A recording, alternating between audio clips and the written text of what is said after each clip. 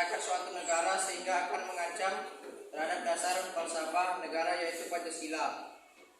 1. Lemahnya pemahaman masyarakat tentang ideologi bangsa yaitu Pancasila. 2. Memunculkan berbagai gerakan separatis karena adanya perbedaan ideologi. 3. Rusaknya etika dan moral bangsa karena sikap serta perilaku yang tidak sesuai dengan nilai-nilai yang tertanam dalam Pancasila. Upaya yang mengatasi yang diakui dalam bidang ideologi. 1. Memahami lebih dalam tentang arti Pancasila sebagai ideologi negara. 2. Menerapkan nilai-nilai Pancasila dalam berbagai aspek kehidupan. 3. Meningkatkan ketahanan masyarakat dalam menghadapi usaha yang dapat memecah belah persatuan dan kesatuan. 4. Menumpas berbagai gerakan separatis dengan tegas. 5. Sosialisasi wawasan kebangsaan dan implementasi nilai-nilai Pancasila dalam melestarikan dan menanamkan kesetiaan terhadap ideologi bangsa. Bagaimana memberikan pemahaman tentang wawasan kebangsaan di tingkat SMA? 1. Pemahaman tentang wawasan kebangsaan di tingkat SMA. 1. Memberikan pemahaman tentang wawasan kebangsaan dengan baik. 2. Membangun karakter anak sejak dini. 3. Memperbanyak membaca buku sejarah. 4. Memperkenalkan Pancasila sebagai ideologi negara. 5. Menyekolahkan buah hati di sekolah yang tepat. Wawasan kebangsaan meliputi wawasan kebangsaan adalah rasa kebangsaan, paham kebangsaan, dan semangat kebangsaan. Rasa kebangsaan dalam wawasan kebangsaan adalah kesadaran bangsa yang tumbuh secara ilmiah dalam diri seorang karena kebersamaan sosial. Ini berkembang dari kebudayaan, sejarah, dan inspirasi perjuangan. Apa saja yang bisa dilakukan untuk meningkatkan wawasan kebangsaan? 1. Belajar dengan sungguh-sungguh agar negara Indonesia maju. 2. Mempertahankan rasa nasionalisme atau cinta tanah air. 3.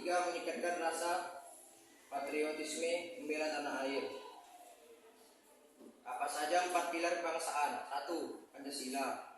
2. UUD 1945. 3. NKRI. 4. Bhinneka Tunggal Ika. 4 pilar kebangsaan. 1. Pancasila sebagai dasar dan ideologi negara. 2. Undang-Undang Dasar Negara Republik Indonesia tahun 1945 sebagai konstitusi negara serta ketetapan MPR. 3. Negara Kesatuan Republik Indonesia atau NKRI sebagai bentuk negara.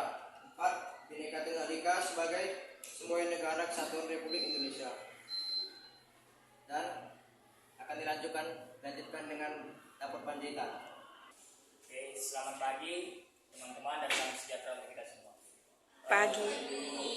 Di sini saya akan memberikan contoh sedikit tentang apa itu ADHD yang dapat mengancam dan menghancurkan ideologi suatu negara. Contohnya yang kita tahu dan saat ini sedang viral yaitu Khilafatul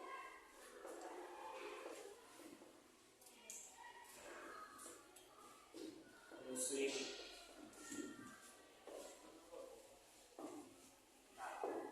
Satu kasus ini yang menggemparkan seluruh warga Indonesia karena organisasi ini mempunyai ribuan lebih pengikut, mempunyai dana hingga ratusan miliar yang sudah dipupuk oleh polisi. Bagaimana Khilafatul Muslimin ini dapat berkembang? Dapat berkembangnya Khilafatul Muslimin tersebut karena lemahnya pemahaman masyarakat tentang kebangsaan kita, karena lemahnya pemikiran masyarakat apa itu Pancasila, karena kurangnya solidaritas kita antar sesama manusia dalam menjalin hubungan sosial. Nah, kalau Khilafatul Muslimin ini bisa menghancurkan ideologi bangsa kita, ini yang harus kita hentikan di luar. Ini yang harus kita ringkus dan ini yang kita harus pecahkan. Mayoritasnya Muslim yang mau mendirikan suatu negara yang berasaskan Muslim. Mbak dia guys, kan Khilafatul Muslimin ini mayoritas Islam yang mau mendirikan negara yang bermayoritaskan Islam dan tidak mau ada satu agama atau suku lain pun yang ada di negara tersebut.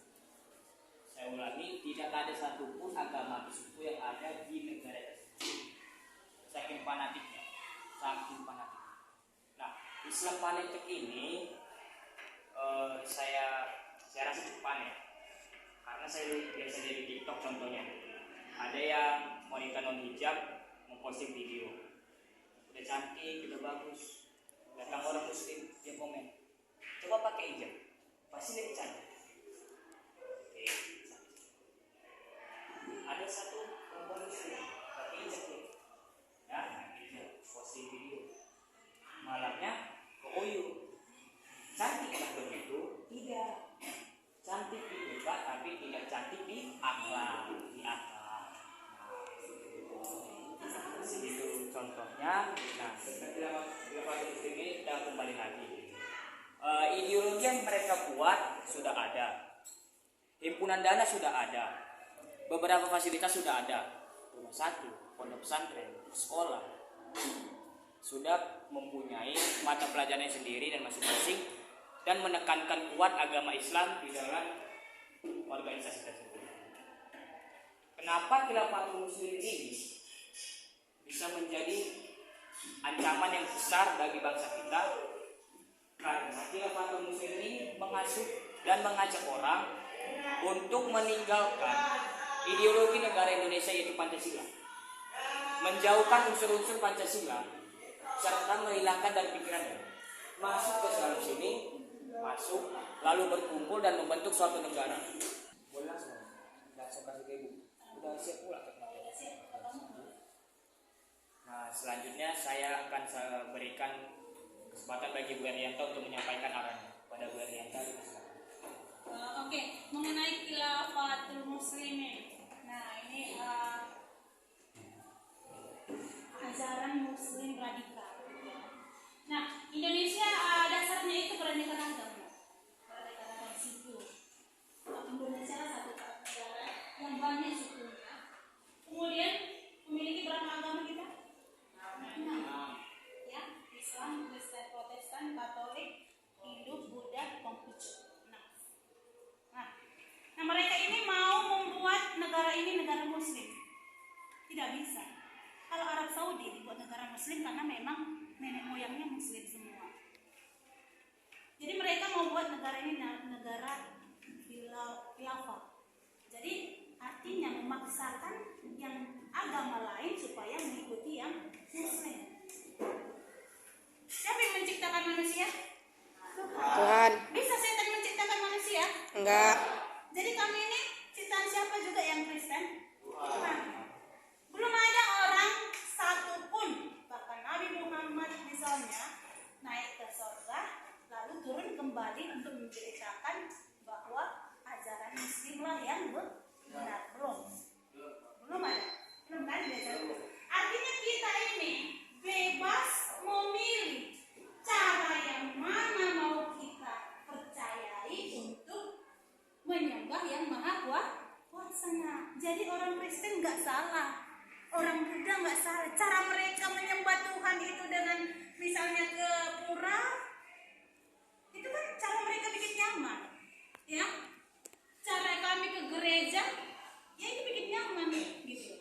Cara orang memuja Tuhan dengan buat patung, ya itu cara mereka. Yang menentukan benar atau tidak bukan manusia. Yang menentukan hanya yang maha kuasa. Ingat, setan tidak pernah bisa menciptakan apa yang ada di bumi ini. Dia apa yang diciptakannya hanya kegaduhan, menghasut. Jadi jangan tertanam di hati kalian, misalnya mendukung khilafah ini. Belum tentu kalian dukung, kalian masuk surga. Kenapa? Ya, Tuhan saja mengizinkan manusia itu memilih cara mereka masing-masing.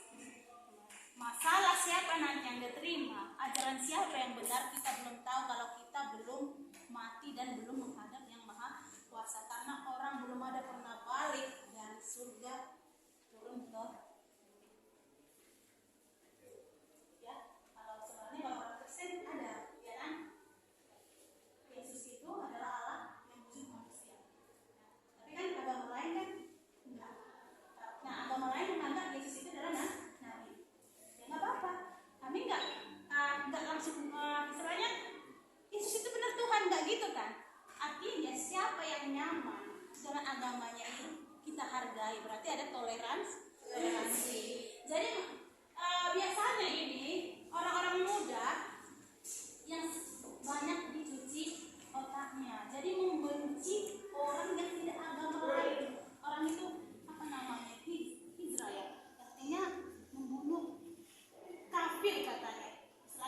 agama Islam katanya kafir.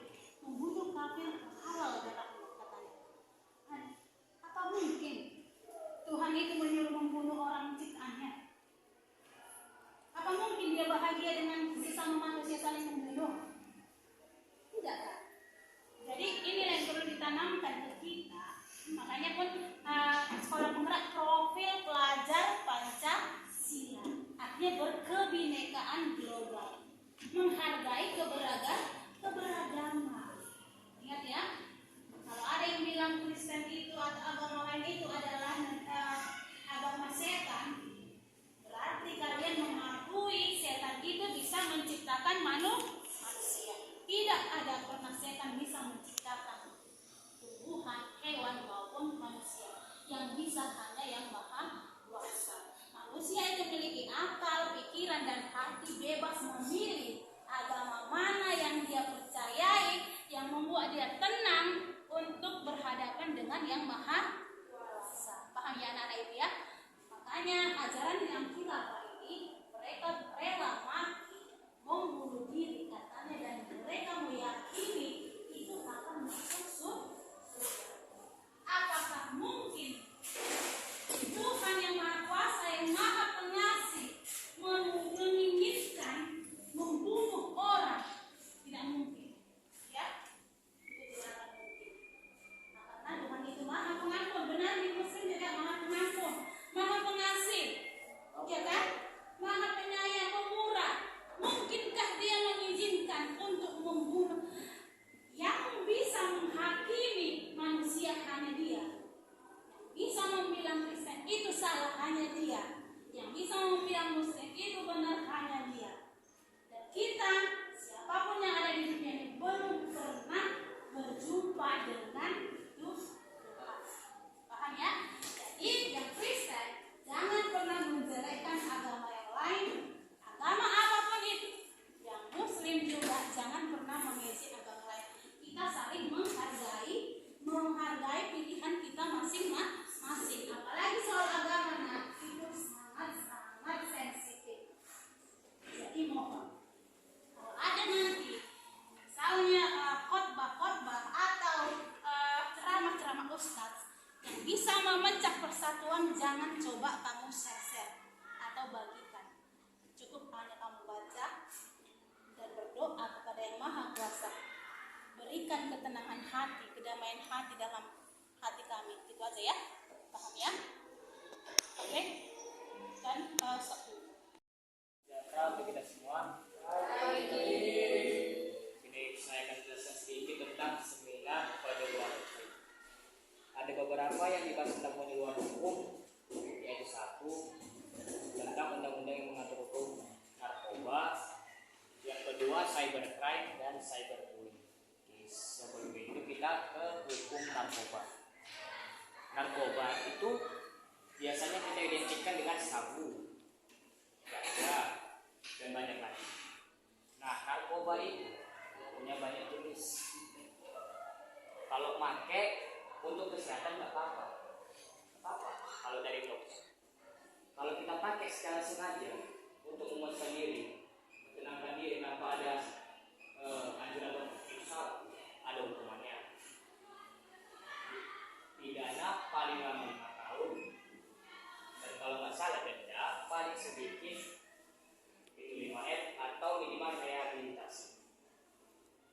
Ada beberapa jenis narkoba yang sering dipakai orang di lingkungan sekitar ini aja.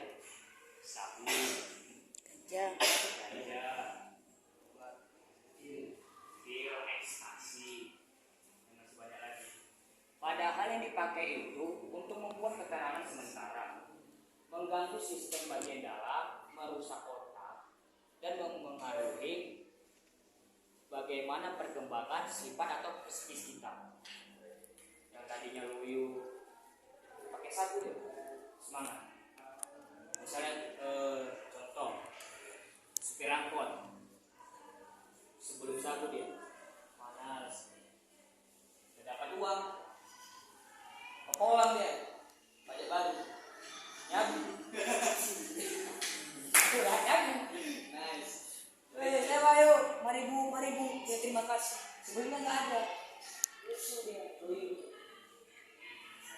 Ada lagi Indong. Nah, Indong. Indong ikan. Nah, kita sini juga ada tempat Indong ikan. Tapi nggak tahu belum diproses. Kalau kita peduli pada negara kita atau lingkungan sekitar kita, minimal kita harus berani melaporkannya. Ya, kita masuk yang kedua itu cybercrime atau namanya peretasan terhadap privasi orang atau internet dan jejaring sosial lainnya. Peretasan yang dilakukan terhadap oknum tertentu tanpa seizin yang didapat dari korbannya itu disyaratkan dan termasuk dalam pasal hukuman Undang-Undang ITE. Undang-Undang ITE ini mengatur tentang hukuman tentang di bagian medsos digital. Contoh, bagian peretasan yang tidak ada izinnya itu ada di Belawan, saya lupa kasusnya. Nah, biasanya hukumannya ini paling lama itu 5 tahun juga dan denda paling sedikit 5 miliar. Dan selanjutnya itu cyberbullying. Pasti ini cyberbullying sudah diketahui teman-teman sekalian. Menghina di medsos seperti Facebook, IG, TikTok, WA. Saya ambil contoh. Nah, saya pernah buka Facebook dan lihat salah satu live streaming dari dia tertentu yaitu Buntung ML. Dia cuma punya satu tangan, tapi dia bagus mainnya. Datang orang yang penonton itu dan mengatakan, "Di tangan satu lagi mana? Kok punya satu lengan aja? Tangan kirinya mana? Masa cebok pakai tangan kanan?" Itu termasuk cyberbullying, menghina fisik orang. Dia nggak bayangkan kalau dia berada di posisi tersebut. Bagaimana susah mencari uang untuk makan. Dengan satu tangan dia bisa live streaming dan mencari uang. Itu yang nggak dipikirkan orang. Dia bisa menghinanya aja. Mencari uang itu gampang sekarang. Dari HP, jual barang, bermodalkan paket, promosi bagus.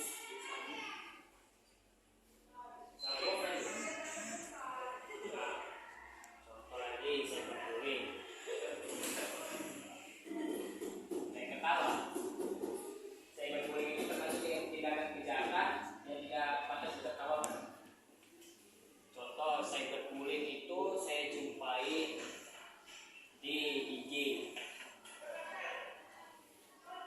Di IG contohnya ada satu postingan yang ada satu komunitas yang berfoto dengan sekumpulan anak di panti asuhan yang anak yatim piatu. Datang salah satu oknum lagi yang bilang, itu salah satu oknum yang mengatakan di kolom komentar, "Coba tanya bang sama salah satu anak tersebut, bapaknya mana? Wah, Mana mamanya?" Saya nggak menyinggung, memang saya jumpai. Saya sebagai saksi. Nah, itu punya hukumannya sendiri dalam UU ITE yang diatur dalam pasal 27 ayat 3 nomor 19 tahun 2016 dan pasal 27 ayat 1 ayat 4, pasal 28 ayat 2 dan pasal 29 dan Undang-Undang nomor 11 tahun 2008 dalam UU ITE. Teman-teman, ketika kita bermedia sosial, hendaknya kita jaga jari kita dan bisa menghargai apa yang diposting orang, menghargai perasaan orang, dan kita berpositif thinking tentang apa yang diposting orang. Oh, dia mah pacarnya ganteng ya, oh gitu aja. Jangan bilang, "Ih, kok ganti-ganti aja ceweknya? Kok ganti-ganti aja pacarnya? Kemarin yang kering, sekarang yang putih. Besok ini merah. Komen dia, kok ganti-ganti ya cowok kau? Itu sudah termasuk cyberbullying. Itu termasuk cyberbullying. Punya hukumannya sendiri. Cara melaporkan itu, kita melakukan video itu dengan punya caption sendiri yang sopan dan mengetek akun kepolisian Sumatera Utara atau di Pelawan, diproses langsung. Kalau kita mau melaporkan orang, kita jangan takut kalau kita laporkan kembali. Semalam Bapak Jaksa tersebut bilang, kami nggak bakal sembarang melihat kasus itu. Ada tuntutan balik kami terima, enggak. Kamu memikirkan ulang, menganalisis evaluasi, baru kami tentukan. Menghargai kedua belah pihak secara kedewasaan dan secara profesionalitas. Tidak pakai ini kami menentukan hukum, tidak pakai uang. Kira kami disogok 100 juta mau? Itu khusus DPR ya. Kalau jaksa yang semalam bilang itu kami nggak seperti itu. Segitu saja penyeluruhan hukum yang saya berikan. Lebih kurangnya saya mohon maaf. Terima kasih atas perhatian teman-teman saya yang sudah menyaksikan dan selamat pagi.